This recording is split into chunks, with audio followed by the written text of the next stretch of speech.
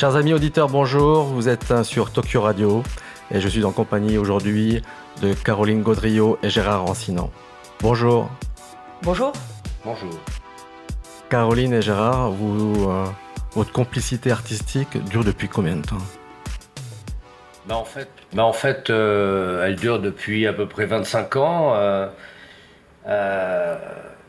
C'est une conversation que nous avons ouverte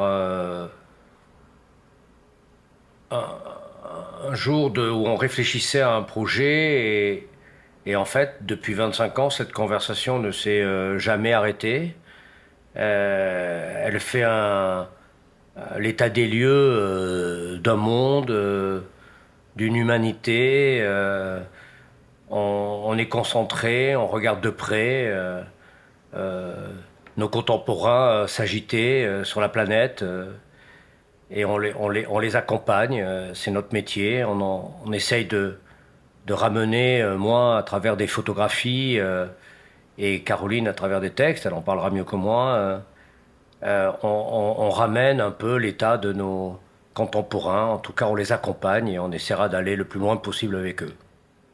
C'est un dialogue en fait qui est multiple, à la fois un dialogue sur une réflexion et puis sur une forme artistique, puisqu'on fait dialoguer aussi le sensationnel, le visuel, l'impact, l'image, ce qui nous capte avec le mot, avec le sens, avec parfois le slogan.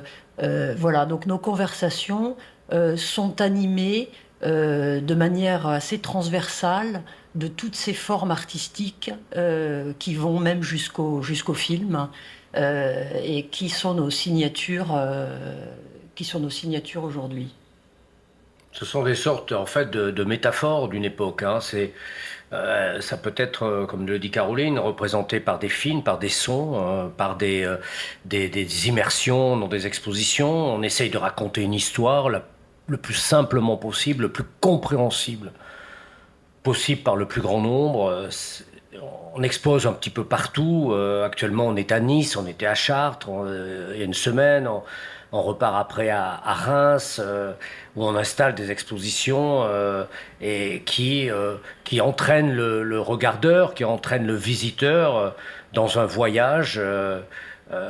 Il rentre par la porte d'entrée et il sort par la porte de sortie après avoir fait un voyage où il s'est immergé dans un monde qui était en fait des dizaines et des dizaines de petits miroirs dans lesquels il se reflétait. Alors, je vous observais tout à l'heure lorsqu'on faisait la visite de l'exposition qui sera ouverte la semaine prochaine. Vous êtes en conversation permanente. Oui, c'est ça l'idée. Depuis 25 ans, on discute. Voilà, à bâton rompu, avec cet héritage journalistique que l'on a, c'est-à-dire d'observer notre époque et de la transposer avec notre regard, avec toujours cette acuité de ce qui se passe autour de nous. Et notre regard se porte sur cet humain. En rapport avec son monde et surtout en rapport avec sa modernité. Et donc toutes ces contradictions, toutes ces espérances, toutes ces contraintes et ces obstacles. Et on va d'un monde qui voit l'accélération de l'histoire autour de lui, une technologie qui le dépasse, mais en même temps qu'il est en train de demander, et il ne sait plus bien où il se positionne entre toujours ce dont on discute, c'est cet héritage qui nous a portés jusqu'ici, qui est un héritage culturel même qui nous dépasse, qui revient, qui est notre subconscient, ce présent que l'on n'arrive jamais dont on n'arrive pas à se satisfaire, ce présent qui n'est jamais au présent, ce présent qui est toujours conjugué au futur, qui nous projette sans arrêt dans un monde que l'on ne connaît pas. Et nous, on n'est pas là pour raconter ce futur, on est là pour raconter ce que l'on voit de cet homme qui, nous, nos contemporains, avec un regard évidemment qui est le nôtre, donc plutôt occidental, et qui essaye de se frayer son chemin avec une question sur le sens de l'histoire, hein, et quel sens donner, quel chemin prendre. Voilà. Et c'est des discussions qu'on a quotidiennement sur ce qu'on peut observer de ce que l'on vit aujourd'hui. Alors tu le disais tout à l'heure, Caroline, vous avez tous deux débuté par le journalisme. Oui, enfin, moi je voudrais juste rajouter à ce que vient de dire Caroline, c'est que nous ne sommes pas, on n'est pas sur un balcon et on ne regarde pas le monde se déplacer au-dessous de nous. On est totalement immergé dans notre époque, on en fait partie, on se confronte au monde réel dans le sens où nos expositions sont proposées, où nos démonstrations aussi sont proposées dans des musées. Voilà, ça parle à tout le monde, c'est important et en même temps, enfin, on se veut, c'est surtout ça, des témoins d'une époque, des témoins d'un monde qui s'agite. On est les témoins, j'allais dire, éveillés de ces métamorphoses que présente l'humanité. Est-ce que votre façon de regarder le monde a évolué depuis vos années journalistiques à aujourd'hui? En fait, on essaye de ne pas être dépassé.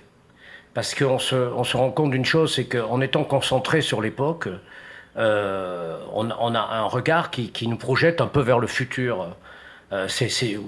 Voilà.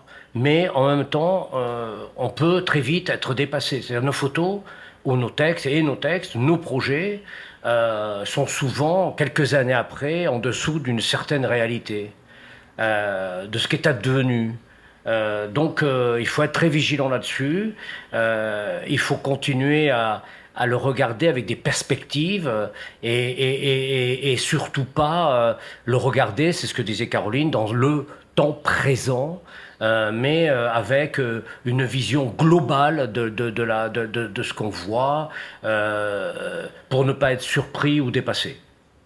Et même, en revanche, dans la forme, on a évolué évidemment parce que on est toujours dans une modernité, malgré que la photographie reste une photographie. Gérard va en parler avec une vraie prise de vue. C'est donc dans une tradition. Le texte, de la même manière, est une tradition du livre, mais il y a à travers aussi la toujours calligraphie. de la calligraphie, mais il y a toujours une recherche d'être dans l'époque et de parler à tous avec des outils modernes. La photographie est aussi une photographie plasticienne. Le texte va chercher aussi dans le numérique, dans le son, essayer de toujours capter les intérêts même des plus jeunes, et c'est pour ça que tout le monde s'y retrouve, et je pense que ça parle énormément à la nouvelle génération. Alors justement, Gérard, tu me disais 6 mois pour créer une photo, le déluge. Oui, enfin, non, 6 mois, c'est le temps le plus court, 50 ans pour créer une photographie. C'est la réalisation, l'aboutissement de l'idée, c'est 6 mois. Mais c'est un travail qui vient de loin. C'est un travail qui a fait de toutes ces observations dont on parlait, que ce soit sur les conflits que j'ai couverts, sur des Jeux Olympiques ou des rencontres avec des starlettes ou des stars de cinéma. Tout ça a été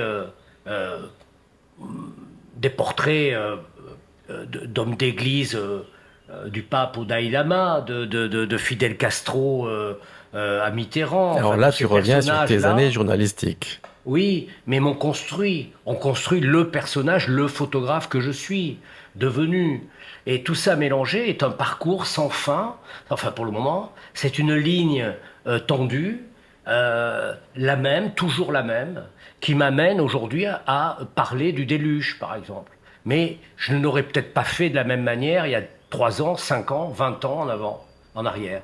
Je l'ai fait là, mais techniquement, alors on va revenir à quelque chose de plus technique.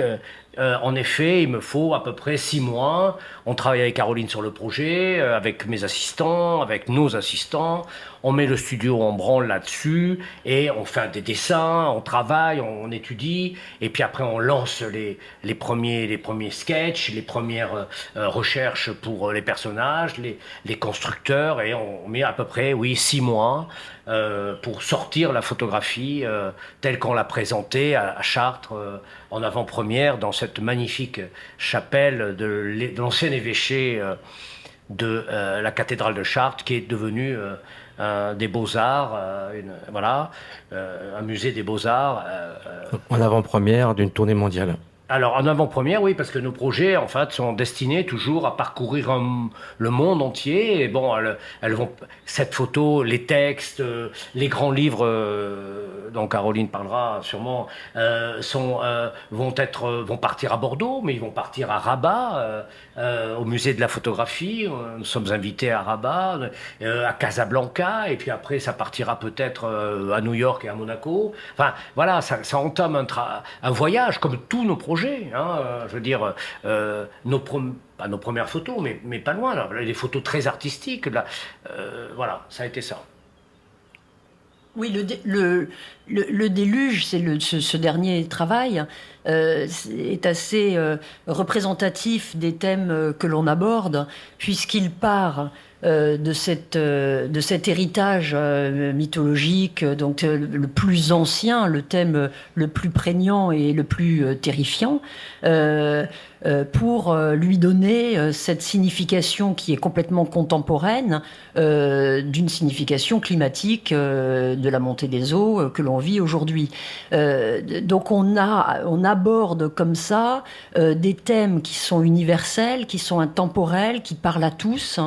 Et qui s'ancre dans notre histoire, dans une histoire ancienne, et qui nous permettent, nous, là pour le coup, le déluge, ça nous a permis d'être dans une démesure et d'aborder par une seule photographie, mais absolument monumentale, de 4 mètres de long, des livres qui font 1 mètre d'envergure, faits à la main, reliés de manière artisanale, et puis de parler aujourd'hui de ce changement climatique, et ça va voilà, voyager et faire partie même des grands sommets économiques, des conférences de l'ONU, etc. Parce que on est aussi investi, évidemment, de manière comme des témoins d'une époque, un engagement, c'est l'engagement de l'artiste et c'est le nôtre. D'ailleurs, Paris Match titrait Lanceur d'alerte. Rancinan, lanceur d'alerte. Oui, alors bon, ça c'est eux qui ont fait le titre. J'ai aucune prétention de devenir un lanceur d'alerte écologiste. Non, je reste le photographe. Aucune vocation politique. Alors, aucune connotation politique. C'est un travail politique. C'est un travail politique. C'est un engagement par rapport à mon époque. Ça, je le revendique. Mais c'est pas politicien. C'est aussi un travail poétique.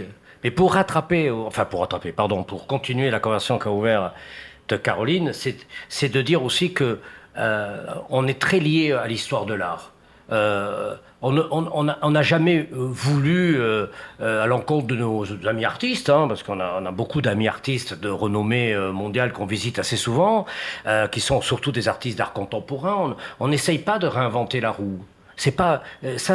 On n'essaye pas de faire rentrer un carré dans un rond. Ça, c'est pas notre histoire. Ce sont les Velázquez, ce sont les Rembrandt, ce sont les Caravage. C'est cette histoire de l'art. Ce sont eux qui nous portent sur leurs épaules. Ce sont eux qui sont le lien. Voilà. J'aime dans Picasso pas mal de choses. Guernica, par exemple, m'a séduit. Mais quand je vois qu'il a peint 35 fois les Ménines, qu'il s'est exercé à ça, qu'il a essayé d'être dans le pinceau de Velázquez, je me suis dit, ça, c'est un grand artiste. Et c'est ça qui m'a émerveillé. C'est pas qu'il ait tellement de talent, c'est pas qu'il soit très habile, mais c'est qu'il a été toujours inspiré des premiers messages des grottes où il y avait des traces d'hommes sur les rochers. Ça, c'est l'intelligence de l'homme, pour moi en tout cas. Comment est-ce que tu t'inspires ou comment est-ce que tu t'appropries ces œuvres gigantesques dont tu parles, comme les Ménines, par exemple, qui fait partie de ton travail? Comment tu te l'appropries? Pardon. Mais je veux dire, les Ménines, pour moi, j'ai eu un choc quand je les ai vus, et quand il y a très longtemps, bien sûr. Et j'ai vu ce tableau, et il m'a porté, mais comme le travail de Picasso sur Guernica. Enfin, j'entendais les bruits des bombes, j'entendais les enfants crier, j'entendais tout ce raffut, cette peur dans les yeux des gens qui couraient dans les rues pour éviter de se faire écraser. Enfin, voilà. Et en même temps, Velázquez, j'ai vu le pouvoir de l'artiste. Il est le maître à bord. Ça veut dire qu'il est le peintre qui se met en avant. Le roi est derrière. Il peint la Ménine pour une petite éternité. Elle aura toujours 5 ans, 500 ans après. Je veux dire, quelle est la puissance? Est-ce qu'il y a de plus puissant que ça? Je veux dire, l'artiste est l'homme qui arrête le temps. Et l'homme qui s'inscrit. C'est pour ça que être un photographe, bien sûr, mais être un artiste, c'est une immense responsabilité. Et moi, je travaille sur cette conscience-là. Je fais pas ça pour faire des photos jolies, je fais pas ça pour que les choses soient agréables à voir. Je fais ça parce que je m'imagine responsable de ce geste qui fait que, modestement, je griffe un peu le temps et peut-être que j'arrête un peu les secondes. Cette question de l'appropriation de l'histoire de l'art, ou du moins en tout cas de cette filiation de l'histoire de l'art, est importante dans notre travail. Et on a un exemple que l'on raconte assez souvent, c'est celle de la genèse du radeau des illusions, qu'on a nommé ainsi, et qui vient évidemment dans la lignée du radeau de la Méduse. On a à l'époque de Sangatte en France, c'est-à-dire de ces migrants que l'on voyait partir vers l'Angleterre. Il y en a encore, mais il y avait une structure, on appelait ça Sangatte. On y est allé avec Gérard en se disant, bon, on y va, mais juste avec un appareil photo, et puis on va récolter les témoignages. Et on a voulu en parler comme des journalistes, un peu témoigner de ce qu'on voyait. On est allé dans les magazines à l'époque avec lesquels on travaillait. On est allé dans cette jungle où on a vu les migrants, on a passé du temps avec eux. Voilà, on était sur le terrain pendant des jours et des jours. On a ramené ces photos, ces témoignages, un magazine pour lequel on travaille, qui est Paris Match. Et puis, on a reçu cette réponse, c'est trop dur. On ne peut pas passer ça, c'est trop dur. Ça nous a interloqués, on s'est dit, qu'est-ce qui est trop dur? La réalité est trop dure. Et Gérard a tout de suite vu dans ces migrants qui voulaient passer des frontières et passer les mers sur des radeaux, il a vu le radeau de Jéricho. Et là, on a commencé à faire ces photos en studio avec toutes ces mises en scène, des vraies photos, des personnes qui ont posé dessus, qui sont issues de migration, une 50aine de personnes travaillant dessus. Et on a fait ce radeau nommé le radeau des illusions. Et les témoignages que j'avais récoltés m'ont permis de faire un texte qui collait à la réalité. Mais il y avait une transposition de cette réalité, une transposition symbolique. une transposition dans quelque chose de connu qui est le radeau de la Méduse de Géricault qui est au Louvre. Et cette transposition... Un rappel de l'histoire. Un rappel de l'histoire, un rappel de...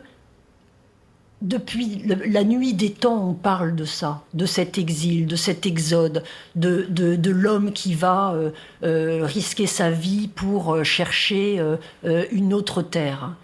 Et là, on l'a ancré dans quelque chose de culturellement admis. Et on est retourné à Paris Match et ils en ont fait 10 pages. Bravo. Non, mais alors on nous a. Alors après, évidemment, j'ai été accablé par l'ensemble parce que ça a eu beaucoup de succès et donc l'ensemble de mes contradicteurs ont dit ah ben oui, mais Rancinan c'est facile puisqu'il copie les tableaux anciens. Bon, enfin, j'ai jamais copié les tableaux anciens. D'abord, je n'ai pas cette prétention et je n'ai pas ce talent. Mais j'ai en effet parcouru un peu l'histoire de ces tableaux. Mais là. Quoi faire de mieux? Qui peut avoir la prétention de faire mieux que Géricault et son radeau? Qui peut être autant prétentieux que de vouloir faire mieux que la liberté guidant le peuple de Delacroix, que Guernica de Picasso encore une fois, que tous ces tableaux, que les Trois Grâces? Qui? Alors, bien évidemment, moi, je m'embarque là-dedans, j'ai envie de temps en temps de le faire, ça ne nous empêche pas aussi de faire des photos qui n'ont rien à voir avec tout ça. Mais bien évidemment, c'est aussi une volonté, une humilité et une modestie. Caroline, y a-t-il une forme de résistance dans l'intention de créer des livres à la main, reliés, des livres, je précise, gigantesques, à la main, reliés à la main? Oui, de la part de Caroline, c'est évident. C'est une révolte même. Bah, l'artiste, s'il n'est pas résistant, ou résilient ou rebelle, je ne sais pas pourquoi il existe. Bien sûr, bien sûr. En même temps, je ne suis pas que dans la résistance parce que j'y crois toujours.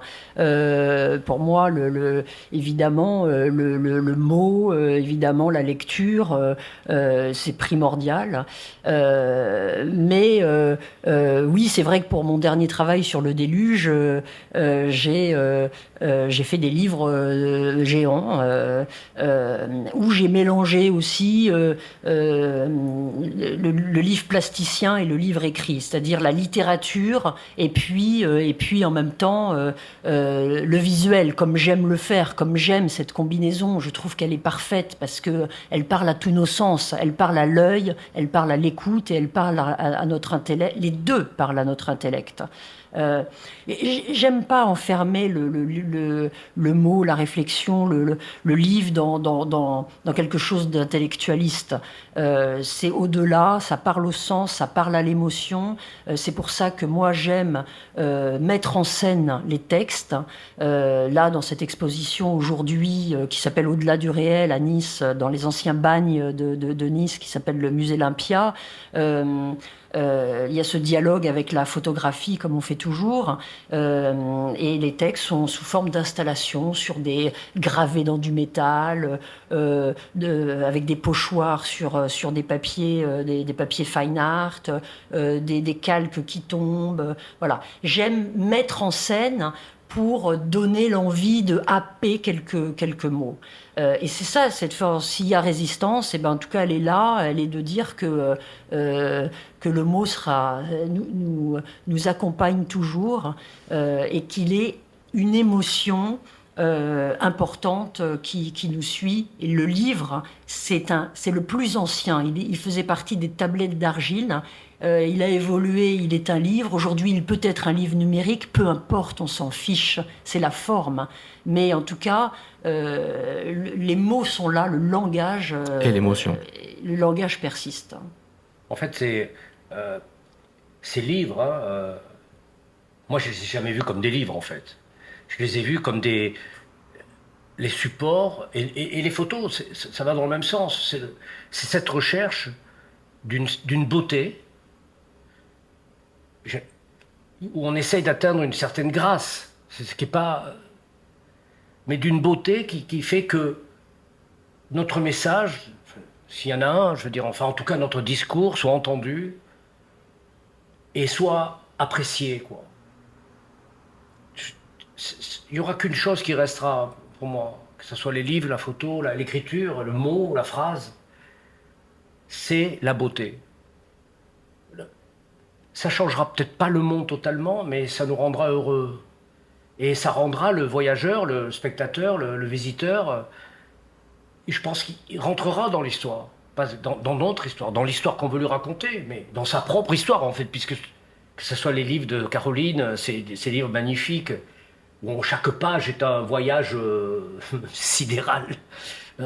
Des pages sur lesquelles on s'attarde, qu'on ne tourne pas comme ça à la va-vite.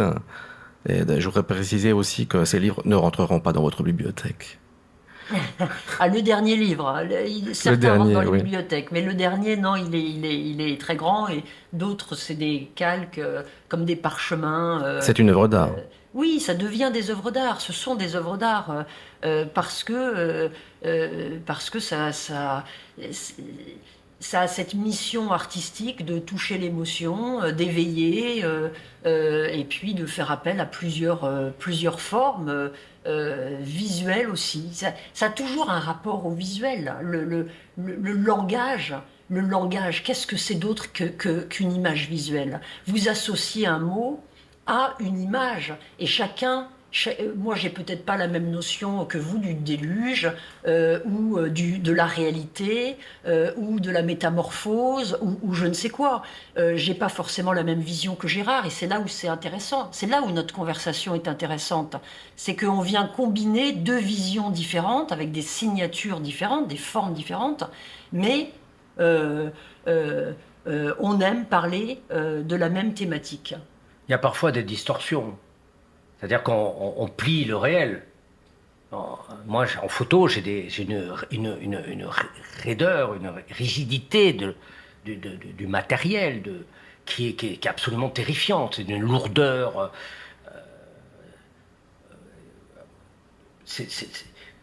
qui parfois nous résiste, quoi. Et même si on a beaucoup progressé en photographie par rapport à ce qui se passait quand on avait des chambres photographiques, on développait, aujourd'hui ça s'est quand même beaucoup simplifié, mais quand même, et ce que j'aime dans l'écriture, c'est cette légèreté. Je suis plutôt un bombardier, Caroline est un planeur. Elle survole avec ces mots qui se mélangent.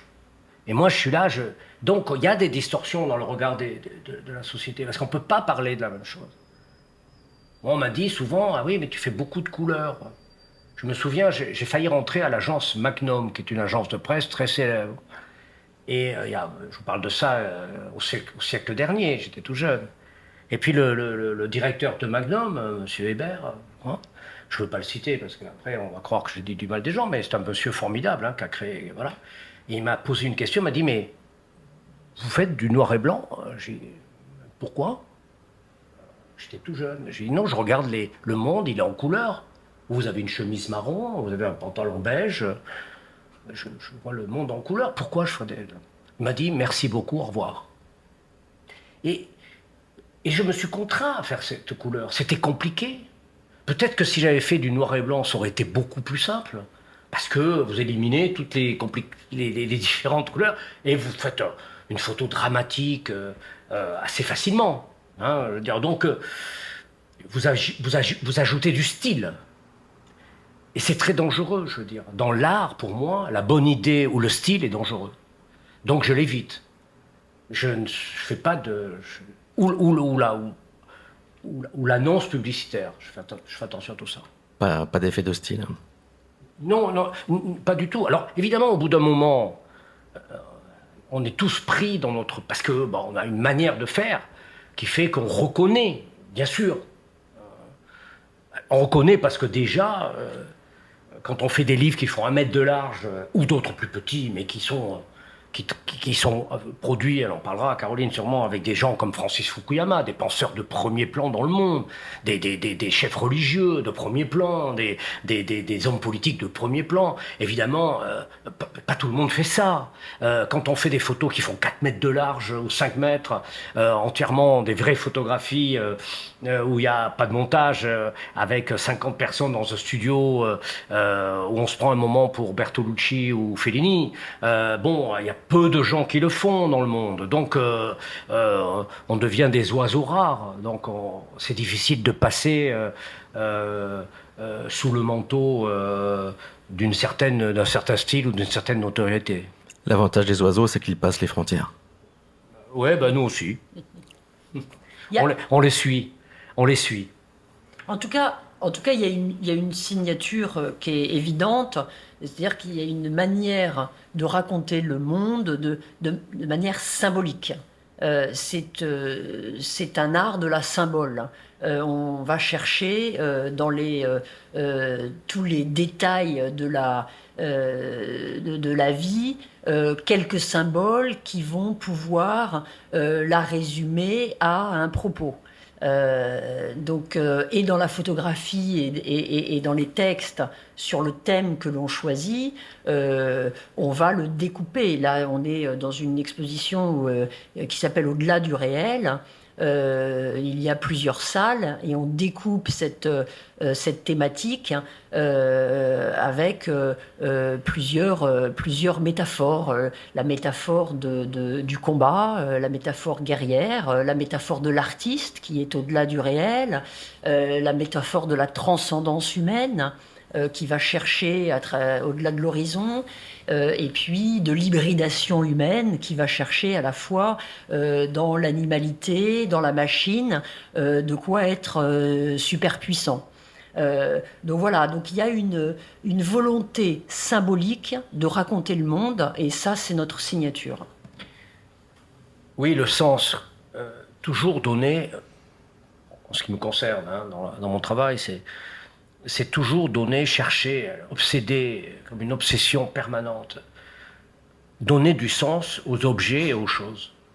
Ça, c'est quelque chose qui chez moi, me poursuit, me tire par devant. Enfin, je n'arriverai pas à faire quelque chose qui n'ait pas de sens politique. Encore une fois, pas politicien, de sens politique, de sens de responsabilité vis-à-vis de l'autre. Je veux dire, je pense, j'imaginerais que ça serait trop égocentrique, ça ne m'intéresse pas. Je veux dire, je vais dans un musée où je vais pas tout le temps, hein, loin de là, mais parfois à l'étranger, j'ai le temps et on s'y arrête. Et je regarde les œuvres et je ne suis attiré que par les œuvres engagées, pas que par les œuvres qui racontent le monde. Alors, vous allez me dire, une nature morte peut être pour raconter un monde. Oui, bien sûr. Mais je passe devant. Je n'ai aucune sensibilité là-dessus. Très peu. Je veux dire, des fleurs jaunes dans un champ, je sais pas, très bien. Ok, des fleurs dans un champ. Je les vois. Elles sont si belles, quoi. Quand je m'arrête en bagnole et que je vois un champ de fleurs, je le vois. Voilà. Mais mon travail, c'est d'être ce témoin de ces humains. Et ils passent, et ils s'en vont, ils nous glissent dans les mains. Ils nous glissent. Vous savez, c'est l'absence qui est le plus... une obsession, notre obsession, c'est ce moment d'absence. C'est cette photo sur une tombe d'un personnage, et même la photo s'efface.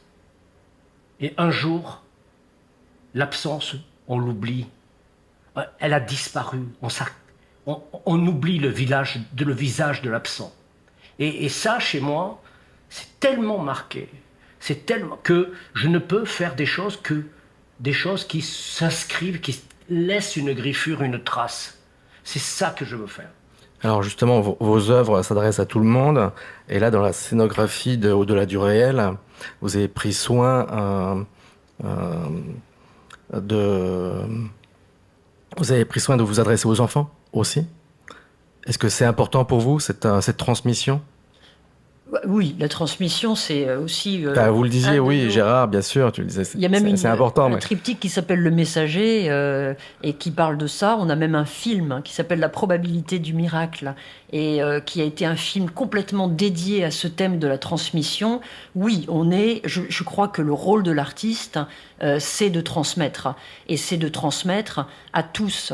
Et là-dessus, on fait partie du monde contemporain et donc de l'art de l'époque, mais pas de l'art contemporain. Qui parfois peut se renfermer sur des choses plus absconses.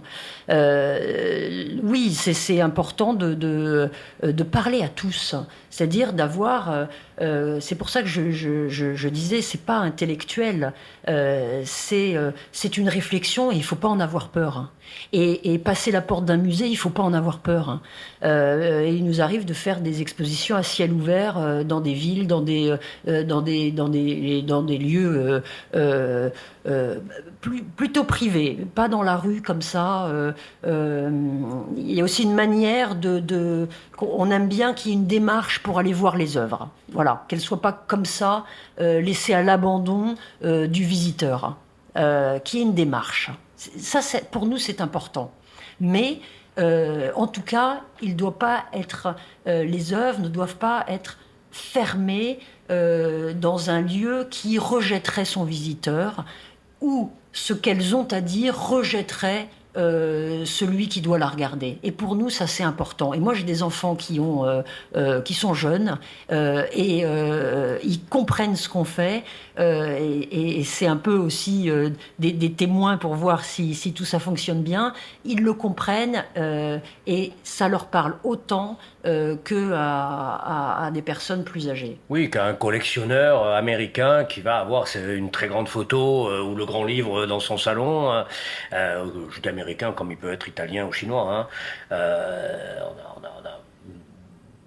Et tant mieux, mais beaucoup de collectionneurs un peu partout dans le monde. Et à chaque fois, quand on les revoit, quand ils nous rappellent, ils nous disent, mais alors chaque fois que les gens rentrent chez nous, ils nous posent des tas de questions, on passe 20 minutes ou au minimum devant la photographie ou devant le livre et on leur explique ce que tu m'as raconté, et puis ils le voient d'eux-mêmes. Et on a même eu maintenant le radeau, ça a 17 ans, le radeau des illusions. Donc on a des collectionneurs qui ont eu des enfants et qui ont grandi en voyant le radeau et qui ont maintenant 25 ans, 26 ans et qui me voient, puisqu'ils me connaissent mieux que je les connais, puisque je fais partie de la famille tous les jours, je suis sur le mur.